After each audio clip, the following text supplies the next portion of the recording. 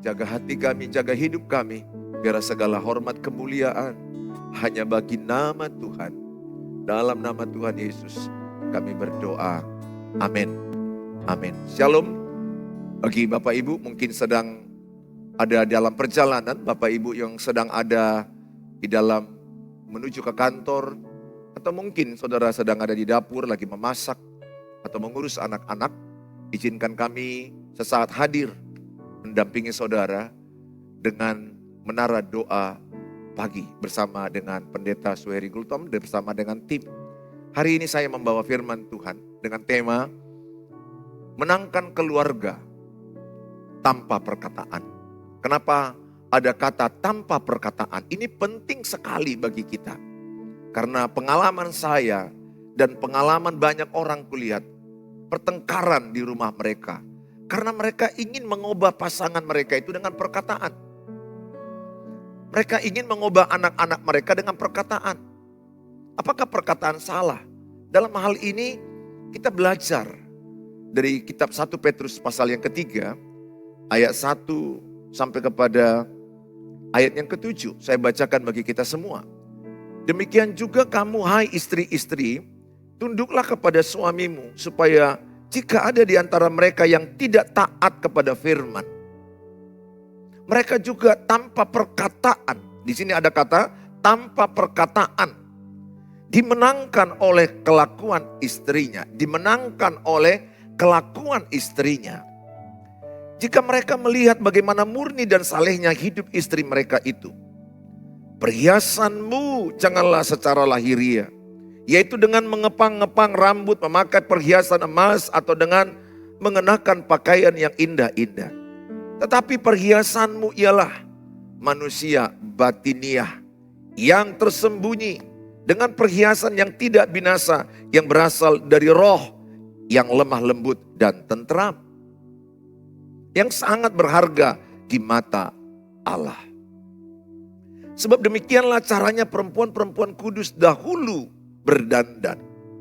Yaitu perempuan-perempuan yang menaruh pengharapannya kepada Allah. Mereka tunduk kepada suaminya. Sama seperti Sarah taat kepada Abraham. Dan menamai dia tuannya, dan kamu adalah anak-anaknya. Jika kamu berbuat baik dan tidak takut akan ancaman. Demikian juga kamu, hai suami-suami. Nah, ini bagi suami-suami. Hai suami-suami, hiduplah bijaksana dengan istrimu. Sebagai kaum yang lebih lemah. Sebagai kaum yang lebih lemah. Hormatilah mereka sebagai teman pewaris dari kasih karunia. Yaitu kehidupan supaya doamu jangan terhalang. Saya akan kupas dari ayat yang pertama. Rasul Petrus mengingatkan gereja Tuhan pada zaman itu. Yaitu ada kata menangkanlah suamimu tanpa perkataan. Latar belakang nats ini adalah pada masa itu banyak pernikahan antara orang percaya dengan tidak percaya. Orang yang sungguh-sungguh percaya dengan orang yang tidak percaya. Pada masa itu terjadi pernikahan seperti itu. Suaminya tidak percaya, istrinya percaya kepada Tuhan. Rasul Petrus mengingatkan kepada para istri-istri. Kalau engkau ingin memenangkan suamimu, menangkanlah tanpa perkataan. Itu ayat pertama. Bahkan dikatakan dengan jelas oleh kelakuan istrinya. Artinya apa? Kelakuan kita, perbuatan kita lebih berpengaruh kepada keluarga kita daripada kata-kata kita. Ketika suami berkata kepada istri, nah ini kau bagi istri ya. Ketika suami berkata, I love you, it's good, baguslah. Ada kata suami berkata, aku cinta padamu. Tapi apalah arti kata I love you atau aku cinta padamu kalau dia tidak ada membuktikan lewat perbuatan. Dia gak mau capek mengasihimu. Dia tidak mau mendengar perkataanmu. Dia tidak membantumu dalam pekerjaanmu di rumah. Baik itu cuci piring, Baik itu mungkin menata rumah, mengurus anak-anak. Apalah artinya bagi seorang istri kalau suaminya sering berkata I love you, tapi selingkuh. Nah ini yang paling sering ya. Kadang-kadang ada suami boros bilang kepada istrinya, I love you, I love you. Nampaknya romantis ya. Itu bagus kalau kita ucapkan. Tapi tanpa perbuatan, tanpa kelakuan itu akan sia-sia. Kalau toh dia juga ada selingkuhannya, dia kasih hadiah, dia kasih sesuatu, tapi dia berkata, aku cinta padamu. Aku pikir itu tidak baik. Di sini Rasul Petrus mengingatkan kepada istri-istri. Istri-istri, kalau engkau ingin memenangkan suamimu. Nah, di sini ada banyak saudara-saudaraku, keluarga-keluargaku ya, semua followers yang di YouTube, semua followers yang ada di TikTok, saya sudah anggap engkau keluarga. Saya tiap malam mendoakan kalian yang ada di sosial media. Aku tahu perjuangan kalian memenangkan keluarga tidak mudah.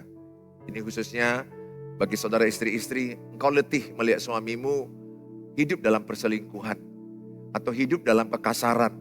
Mungkin tidak selingkuh tapi kasar. Karena ada suami kasar sama istrinya. Kata-kata yang menyakiti. Bahkan ada juga pasangan yang memukul istrinya. Ada suami yang memukul istrinya. Sampai di jalan pun tega dipukulnya. Sedih memang. Kenyataan rumah tangga, saya sebagai pendeta, saya sangat banyak berdoa bagi keluarga-keluarga. Saya kuliah dari pastoral konseling keluarga. Ada banyak pengalaman keluargaku juga hancur, jatuh. Tapi saya bangkit oleh kasih karunia Tuhan. Saya ingin jadi berkat, mensupport kalian. Bagi istri-istri, ini caranya kalau engkau ingin suamimu dimenangkan. Bagi engkau mungkin ibu ingin anak-anakmu dimenangkan. Mungkin anak-anakmu bandel melawan engkau. Terikat games, terikat dengan narkoba, alkohol, dunia malam, perzinahan. Tidak ada cara lain. Yang saya tahu di Alkitab manusia tidak bisa mengubah manusia. Yang bisa mengubah manusia itu hanyalah Tuhan. Roh Kudus. Jadi caranya gimana? Caranya begini. Ikuti arahan daripada Rasul Petrus. Dia mengingatkan para istri-istri lewat kesalehan hidupmu, ayat 2 dikatakan. Lewat hatimu yang damai, hatimu yang tentram, hatimu yang mengasihi. Lewat cara hidupmu istri-istri, suamimu bisa dimenangkan. Istri yang tunduk kepada suami, suaminya akan lebih sayang kepada istrinya. Mungkin engkau berkata kepada saya, bagaimana aku bisa tunduk kepada suami yang jahat, suami yang kasar, suami yang pemalas. Apapun kejahatan yang kau beberkan kepada saya hanya katakan, Alkitab sudah final berkata, hai istri, tunduklah kepada suamimu. Sebagaimana jemaat tunduk kepada Kristus, demikianlah istri tunduk kepada suami. Jadi sikap hatimu perlu tunduk, respect, hormat. Bukan berarti begini, kita mengiyakan dosanya, kita kompromi dengan kejahatannya. Bukan berarti kita menerima perselingkuhannya, perjudiannya, kemabukannya. Tidak, bukan itu. Tapi masuk Alkitab di sini adalah hatimu yang respect, hormat. Walaupun dia penuh dengan kekurangan. Lihat, ketika itu engkau lakukan dalam 1 Petrus 3 ayat 1-7. 6 ayat untuk istri, 1 ayat untuk suami. Maka ketika engkau menabur kebaikan. Galatia 6 ayat 9 bilang begini. Kalau engkau terus menerus tidak jemu-jemu menabur kebaikan. Maka engkau akan menuai kebaikan. Mungkin engkau berkata kepada saya, Pak Pendeta aku udah capek. Aku sudah gak sanggup. Betul, tidak sanggup melihat suami yang selingkuh, yang kasar. Yang pukul, yang KDRT. Tapi kalau ada kasih Kristus, ada Roh Kudus menjamah keluargamu. Menjamah hatimu ibu. Menjamah hatimu hai istri. Lihat, Roh Kudus bekerja ketika engkau taat. Ingat itu. Abraham diberkati ketika dia taat pergi mengikuti apa yang Bapa mau kepada dia. Ketika engkau taat, walaupun taat itu gak mudah ya, sakit ya.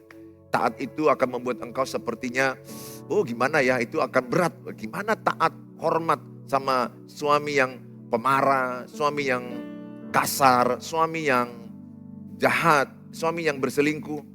Ingat, kalau engkau taat kepada firman Allah, dan mungkin engkau berat taat, ada Roh Kudus memampukan engkau. Roma 5 ayat 5 bilang seperti itu. Bahwa kasih karunia bekerja oleh Roh Kudus. Sehingga engkau mampu taat meskipun disakiti. Kalau engkau mau tetap hormat kepada suamimu dan tetap berbuat baik. Ingat, Roh Kudus lebih hebat bekerja dengan caramu. Nah, manusia caranya kayak mana? Dengan perkataan. Manusia mau pakai mengubah pasangan dengan perkataan. Ini ya yang saya jumpai. Saya juga punya pengalaman itu. Saya bilang sama pasanganku, istriku, kau berubah ya. Istriku bukan makin berubah. Istriku makin bilang, emangnya papa udah berubah? Bahkan bisa kadang-kadang kalau saat emosi, emangnya kau udah berubah? Kadang-kadang sampai ke sana loh. Dulu saya ngalami itu. Udah lama, long time ago. Saya tidak mau lagi, sudah bertahun-tahun saya tidak mau pernah menuntut istriku berubah. Saya tidak mau menuntut anak-anakku berubah. Termasuk jemaat yang saya gembalakan. Saya tidak mau menuntut mereka berubah. Saya hanya bilang begini, ubahlah saya Tuhan, supaya lewat perubahan saya, pasanganku dimenangkan. Ubahlah saya Tuhan, supaya lewat perubahan saya, anak-anakku dimenangkan. Ubahlah saya Tuhan, supaya lewat perubahan saya, banyak orang dimenangkan, diselamatkan. Jadi pusat perubahan itu ada pada saya. Pusat perubahan itu ada pada dirimu, ibu, bapak. Mungkin engkau juga ada bapak-bapak yang ingin istrinya bertobat. Karena ada juga istri yang berselingkuh ya. Bukan hanya suami berselingkuh. Istri selingkuh, istri yang melawan suami. Apalagi kalau istrinya punya harta banyak, pendapatan banyak. Gak hormat sama suami. Nah, ini yang salah. Mau sehebat apapun hartamu, penghasilanmu, hai istri-istri, engkau jangan langgar firman Tuhan. Ketika engkau menghormati suamimu, engkau menghormati Kristus. Pendusta, kalau seorang istri berkata menghormati Tuhan, tapi tidak hormat kepada suaminya. Bukti hormatmu ke Tuhan, hormati suami. Dalam segala kekurangannya, itu Alkitab jelas dalam kitab Efesus pasal 5. Jelas dikatakan, hai suami, hai istri, hormatilah suamimu. Hai suami, kasihilah istrimu, hormati juga.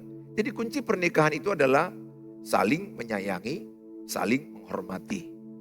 Jadi dari renungan hari ini, Tuhan mengajarkan kita, firman Tuhan mengingatkan kita. Kalau engkau ingin memenangkan keluargamu, anggota keluargamu, menangkanlah tanpa perkataan. 1 Petrus 3 ayat 1, menangkanlah pasanganmu tanpa perkataan. Saya sedih ya melihat banyak pernikahan itu berantem. Karena aku juga pernah bertahun-tahun, berapa waktu yang lalu, udah lama, berantem. Kenapa? Saya egois. Ingat ya, Amsal 13 ayat 10 bilang begini, kesombongan awal pertengkaran. Jadi saya simpulkan, orang yang bertengkar itu orang sombong. Orang yang rendah hati mana mau bertengkar. Orang yang rendah hati itu mengalah. Orang yang rendah hati itu mengampuni. Orang yang rendah hati itu damai. Jadi saya mengajak sama suami istri, kasihan anak-anakmu. Saya waktu itu ya, anak-anak saya masih TK, kami berantem. Sekarang anak-anak saya sudah mau S2, sudah mau S1. Atau anak-anak saya masih TK, kami berantem habis-habisan. Saya lihat anak saya itu ketakutan, gemetar. Dalam mobil, di rumah, pernah sampai ada yang jadi sakit. Karena memang tubuh kita ini nggak diciptakan untuk menerima suara yang kuat, bentakan. Itu kalau anakmu kau bentak, itu sel-sel sarafnya itu menciut. Jadi sarafnya itu tidak berfungsi bagus, tidak growing, tidak bertumbuh. Jangan pernah ibu-ibu bentak anakmu. Didik anakmu dengan kasih. Berulang-ulang, itu kata Ulang 6, ayat 6-7. Didik, nasihati, apalagi main pukul, jangan. Semakin kau pukul luka hatinya, tertolak hatinya. Didik boleh, tegas boleh, bentak jangan. Beda tegas dengan bentak. Jadi bagi Bapak Ibu, saya ajak semua, ayo kita kalahkan yang namanya mementingkan diri sendiri. Awal pertengkaran itu pertama, Amsal 13 ayat 10, karena kesombongan, karena harga diri. Kalau dari Yakobus 3 dikatakan ayat 16, Yakobus 3 ayat 16, sumber kekacauan dalam pernikahan. Perhatikan baik, kenapa kacau pernikahan? Kenapa kacau keluargamu? Saya alami juga pada masa lalu. Puji Tuhan kami sangat banyak dipulihkan. Tidak sempurna tapi terus makin baik dipulihkan. Sumber kekacauan dalam rumah tangga atau organisasi, baik di gereja, baik di marga, baik di manapun, di keluarga terlebih. Di keluarga besar mertua, beripar. Ini beripar gak gampang. Beripar, bereda, waduh itu apalagi bereda. Itu gak mudah. Gak mudah, perasaan dengan perasaan. Salah sangka dengan salah sangka. Nah, Yakobus 3:16 bilang gini, sumber kekacauan itu dua. Pertama adalah mementingkan diri sendiri. Yang kedua adalah iri hati. Pastikan ini buang dari hatimu. Buang iri hati, buang mementingkan diri sendiri. Biarkanlah hatimu dipenuhi dengan kasih Tuhan. Kalau engkau mau tetap bertahan seperti ini, kau genggam tanganmu, mau mementingkan diri sendiri. Harus aku yang menang, aku yang benar, aku yang lebih banyak memikirkan keluargaku, aku yang lebih banyak menghasilkan, aku yang lebih sibuk mengurus anak. Ingat ya, setiap ada di hati pasangan mementingkan diri sendiri ada kekacauan. Waktu itu saya egois, istri saya juga egois. Kami saling menyalahkan, kami saling menyerang, kami saling ingin menang. Kacau, berantem. Tapi hari ini saya berdoa. Buang di hatimu mementingkan diri sendiri. Buang di hatimu iri hati dengan keluarga ipar-iparmu. Jangan ada iri hati. Melihat iparmu diberkati Tuhan, puji Tuhan. Melihat anggota gereja lain diberkati, puji Tuhan. Melihat adikmu diberkati, puji Tuhan. Semakin engkau bebas dari iri hati, semakin engkau diberkati. Semakin engkau iri hati, semakin jauh berkat dari dirimu. Saya berdoa, jadilah keluarga yang menang. Keluarga yang diselamatkan Tuhan dengan cara teladan hidup. Kelakuan kita yang berubah. Coba ikuti doa saya, mungkin bagi saudara yang mendengarkan di TikTok, bagi engkau yang di YouTube, coba ikuti doa saya. Katakan, Tuhan Yesus, ubahlah hidup saya. Supaya lewat perubahan hidup saya, pasanganku dimenangkan. Tuhan Yesus, ubahlah hidup saya.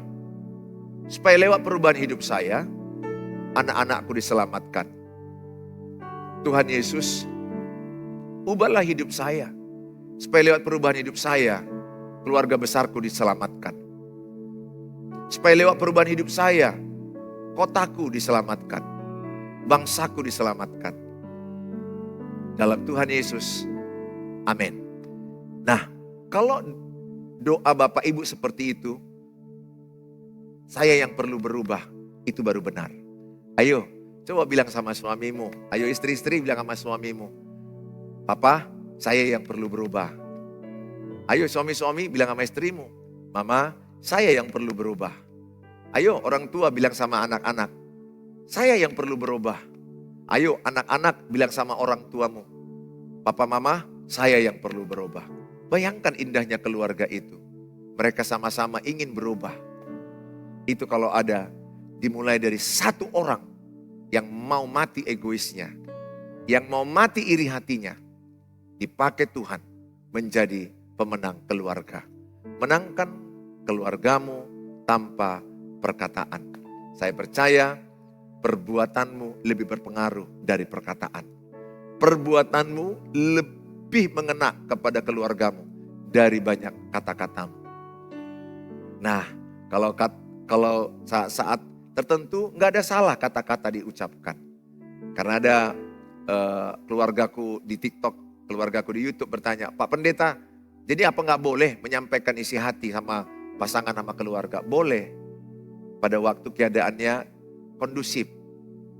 Waktu yang tepat, cara yang tepat, saya ajarkan juga intonasi yang tepat, pemilihan kata yang tepat, sampaikanlah. Mungkin habis makan malam, habis makan siang, atau lagi acara ulang tahun, atau lagi perjalanan holiday, gak ada salahnya menyampaikan itu. Di waktu yang tepat. Kalau gak tepat jangan sampaikan. Biarkan perbuatan baikmu. Ya ibu-ibu, bapak-bapak, teruslah berbuat baik kepada pasangan. Galatia 6:9, kalau engkau tidak jemu-jemu berbuat baik, apa yang kau tabur akan kau tuai. Pengkhotbah 3:11 berkata, semua indah pada waktunya. Aku percaya waktunya keluargamu dipulihkan Tuhan. Imani dan katakan amin, pasanganmu dipulihkan Tuhan. Anak-anakmu dipulihkan Tuhan. Seisi rumahmu diselamatkan Tuhan. Tidak ada yang mustahil bagi Tuhan Yesus. Bagi saudara yang ingin didoakan, silakan kirim kepada kami melalui kolom-kolom yang ada. Mungkin di TikTok, saudara boleh sampaikan, doakan ini, doakan. Kami akan doakan, karena kami punya menara doa. Kami akan mendoakan saudara. Dan bagi engkau yang di YouTube, di kolom YouTube, silakan didoakan. Silakan dituliskan, kami akan mendoakannya. Kami akan mensupport saudara dalam doa. Ingat, 2-3 orang sehati. Apapun yang diminta, Tuhan berikan. Kita bersehati.